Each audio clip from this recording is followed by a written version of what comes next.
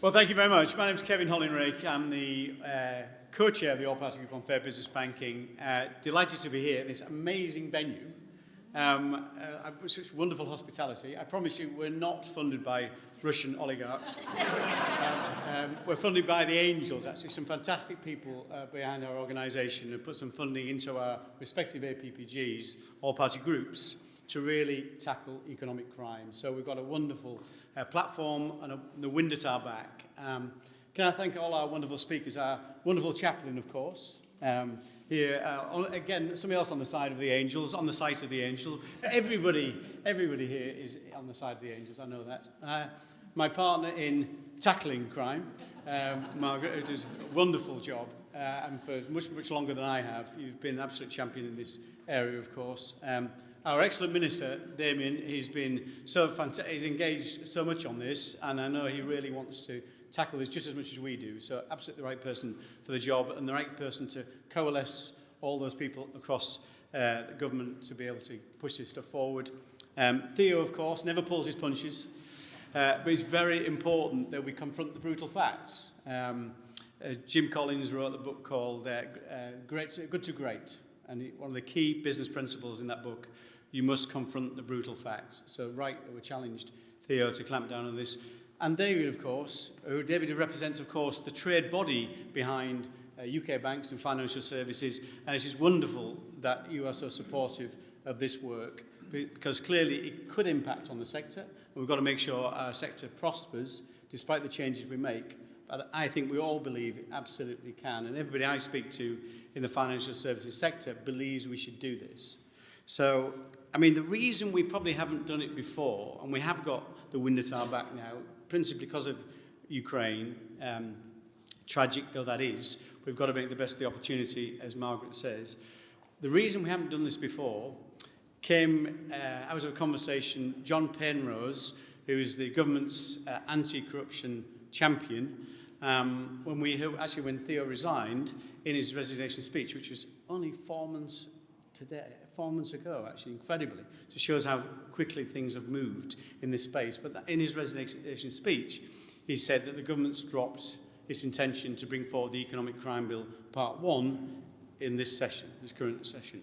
And incredibly, because of everything that moved on, I remember John and I rushed up to talk to the Leader of the House at the time, Jacob Rees-Mogg, said, why aren't we doing this? Why are we dropping this really important legislation?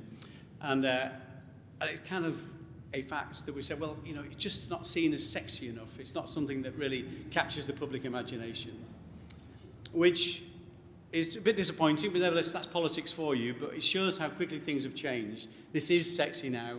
This is really important in all the right ways. We shouldn't talk about sex in Parliament, I won't know that. But it is really, this has now captured the public imagination, and people can see now this stuff sits behind the tyrants, the terrorists, and the traffickers. All those people are facilitated because of this. And to give you a small example of this, there's a Yorkshire businessman called Mani Hussain, who was the subject of a unexplained wealth order, where effectively they confiscate all your money, £10 million of Mani Hussain, this supposed businessman. And actually what was behind that £10 million, his assets, was a drug dealer, murderers, and these are the people that are facilitating the dealing of drugs to our children. Now, he's a small-time guy, £10 million, of course, but there are the people that sit behind the Putins and the Escobars of this world are exactly the same kind of people. And it's economic crime that facilitates this. And we let it happen. Too often we let it happen. And money laundering is the equivalent to a thief. If he steals jewels, he needs a fence to turn it into usable cash. It's exactly the same with these terrorists, these tyrants, these criminals. They need somebody to turn that money into usable cash. So that dirty money needs cleaning through the system. And that we're not tackling that as well as we can. The scale of this problem is absolutely huge. Putin would not be able to sustain himself in Russia without economic crime. That's how big it is. The amount of illicit money that's taken out of Africa every year by kleptocrats is twice the international aid budget for Africa. Twice as much. That's the not just the UK's contribution, the global contribution towards Africa, twice as much is coming out the back door because through economic crime, facilitated by things like money laundering. That's how important it is. It's wonderful to see the government pushing forward so quickly on this. I've been asked to read out all the things that are in this manifesto. But I can see some of your glasses are nearly empty. So I'm not going to do that. So I'm going to pick out two really, really important things. And if we could do anything, Damien, apart from the things you've already committed to do, these are two things I'd like us to do. Too often, if we look at three examples, I'm sorry to pick individual banks, but Theo started it. So NatWest was fined this year £250 million for money laundering, facilitating money laundering. HSBC a few years ago was fined nearly $2 billion facilitating money laundering. Some Mexican cartels, the Escobars in this world, and others. Danske Bank will shortly probably receive a very hefty fine in the billions, I would say, for facilitating £200 billion of money laundering. It's absolutely huge. We have to clamp down on that. But those fines are just seen as a cost of doing business. That's all they are. The chief exec and the people who've got the bonuses because of all that money laundering, and there's big money coming out of this for individuals in those banks, have gone, they're gone and forgotten, and they're taking the money with them. The only way we'll clamp down on this is people who turn a blind eye, willful ignorance or negligence towards that in their organisations if those people go to jail. That must happen. When we introduced personal liability for directors in the construction industry in 1974, fatalities at work dropped on construction sites, dropped by 90%. That's what makes a difference. That's what we must do. The bankers I talked about, I can imagine that's quite an interesting conversation to talk about having to go to jail, but I think the angels in the banks want to do this as well. It is not about finding everything that happens in your organisation.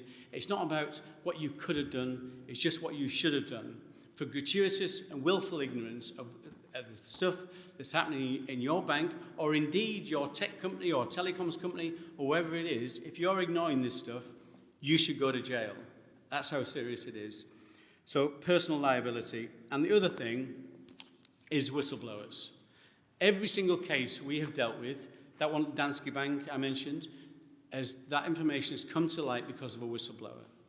Tonight we've got Ian Foxley, who's my constituent here, who blew the whistle on GPT special projects on an arms contract where bribery was happening 11 years ago.